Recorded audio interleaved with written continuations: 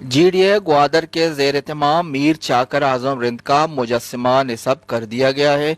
Director general हिदारा तरक्यात Gwadar Mujibur Rahman कमरानी ने मुजस्समा की निकाब कुशाई की। मीर चाकर खां रिंद बलोच तारीख में एक अहम मकाम रखते हैं। 1468 से लेकर 1565 ईस्वी तक वो बलोच के अजीम सरदार रहे थे। चाकर आजम ने मुगल बादशाह हुमायूं को बर सगीर में दोबारा फतेह होने के लिए मदद फराहम की। चाकर आजम रिंद को बलोचों का फोक हीरो भी समझा जाता है, जो आनी शे मुरीद के मशहूर नज़्म में एक अहम किरदार भी है। उनका मुजस्समा बलूचिस्तान के साहिली शहर और मुल्क के मुस्तकबिल के मुआशी मरकज ग्वादर में बनाया गया है, जो कि ग्वादर के एक अहम शाहरा मेरीन ड्राइव पर फदी ज़ेर के फार के साथ GDA ऑफिस के सामने लगाया किया गया है। वश न्यूज़ से गुफ्तगू करते हुए डायरेक्टर जनरल इदारा तरक्यात ग्वादर मुजीबुर रहमान कमरानी ने कहा कि आपको पता है कि बलोच की एक बड़ी रिच हिस्ट्री है और कल्चर है, और उसमें बहुत सारे किरदार गुजरे हैं।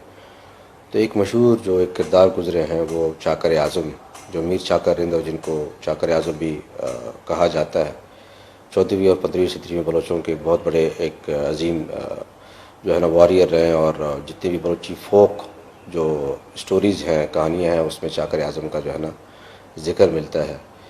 तो बेसिकली इस मोनूमेंट को लगाने का मकसद ये था कि GDA मुख्तलिफ़ सेक्टर्स में काम कर रही है।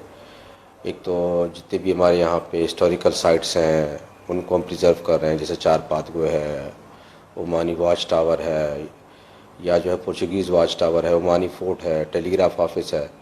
तो जितनी भी यहाँ की तारीखी एक विरसा है गवादर का, तो उसको महफूज कर, उसके साथ साथ जितने भी हमारे शाहराए हैं या जो सर्कल्स हैं उनको इनको हम खूबसूरत बना रहे हैं। तो मोनूमेंट बनाने का मकसद ये था कि एक तो उसको एक याद दिलाना बलोच हिस्ट्री के हवाले से लोगों को कि एक अजीम किरदार वहाँ पे बलोचों की तारीख में गुजरा है, और साथ साथ जो है वो जितनी भी हमारी शाहराए हैं या सर्कल्स हैं उनकी जो है ना उनकी ब्यूटिफिकेशन भी मकसूद थी।